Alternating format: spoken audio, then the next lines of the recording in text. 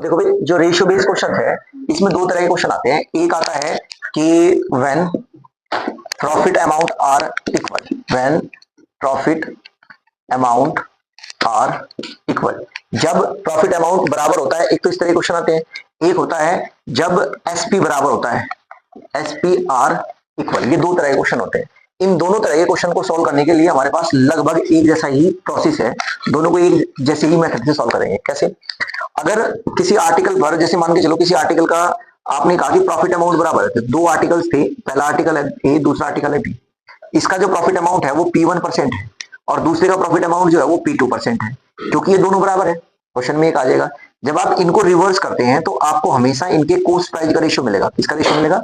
Cost price का। ध्यान रहे बात की।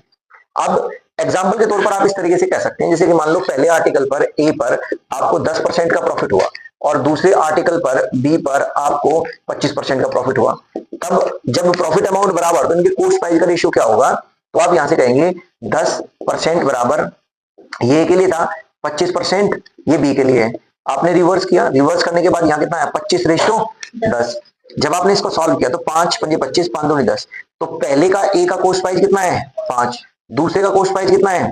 2। अब यहां से आगे की बात डिपेंड करती है कि क्वेश्चन में क्या कहा गया है। अगर मान लो वो ये कहता है कि पहले आर्टिकल को मैंने 100 रुपए में खरीदा, तो बताइए दूसरे आर्टिकल का कॉस्ट प्राइस कितना हुआ? तो इसका 20 गुना है ये, तो दूसरे आर्टिकल का भी आप जब 20 गुना करोगे, इसका मतलब दूसरा आर्टिकल जो है वो 40 रुपए का है। ठीक है। अब जब यहां पर होती है बात, तो दोनों आर्टिकल का एसपी लिखा जाता है, यानी कि SP%1 पहले आर्टिकल का बराबर है दूसरे आर्टिकल का एसपी बराबर है। जब आप इनको रिवर्स करेंगे, अगेन आपको दोनों के कॉस्ट प्राइस का रेशियो मिलेगा। दोबारा से आपको दोनों के कॉस्ट प्राइस का रेशियो मिलेगा। ये दोनों बात समझ में आई।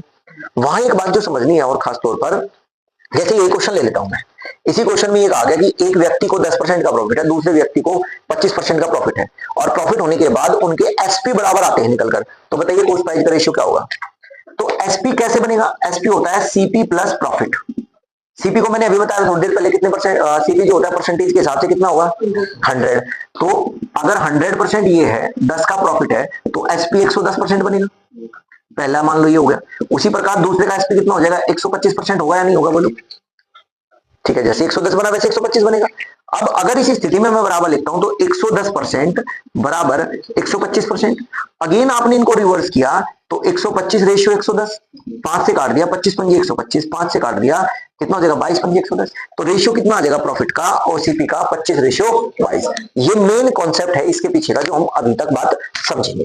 खासतौर पर क्या बात देखनी है, क्वेश्चन में आपको इस की पॉइंट को ढूंढना है कि क्वेश्चन में प्रॉफिट अमाउंट बराबर है या क्वेश्चन के अंदर एसपी बराबर है। ये चीज आपको क्वेश्चन में सर्च करनी है खुद से। जब ये चीज सर्च हो जाए, अगर ये वाला केस मिला तो ऐसे लगाओ, और अगर ये वाला केस मिला तो ऐसे लगाओ। अब दिक्कत एक बात आएगी शायद, जो आ सकती है वो आ सकती है जी सर, अगर 3 टर्म्स हुई तो कैसे करेंगे? 3 टर्म्स के लिए आप देखो, मान लो पहले पे था 10% का, ये ऐसे समझो x बराबर y बराबर z, 3 वैल्यूज। मैंने रेशियो एंड प्रोपोर्शन में आपको समझाया था 3 बराबर वैल्यूज को आप कैसे रेशियो में बदलते हैं, बताया था ना? हाँ, एक को छिपा लो, 2 का प्रोडक्ट उसके नीचे लिखो। अगर आपने x को छिपाया तो यहां इसके नीचे क्या आएगा? y into Z ratio. y को छिपाया क्या आएगा? x into Z ratio. इसको छिपाया कितना आएगा? x ratio y। तो 3 के टर्म्स में आप ये वाला केस लगाएंगे। समझ में आई बात? इस तरीके से अगर आप करते हैं तो आपका ये कॉन्सेप्ट पूरा का पूरा डील हो जाएगा। अब आप लोगों के पास जितने भी क्वेश्चंस है वो करने हैं, इसे नोट करना है, फिर अगले कॉन्सेप्ट पर हम बात करेंगे। ठीक है, चल बेचंदन कर दे इसको स्टॉप।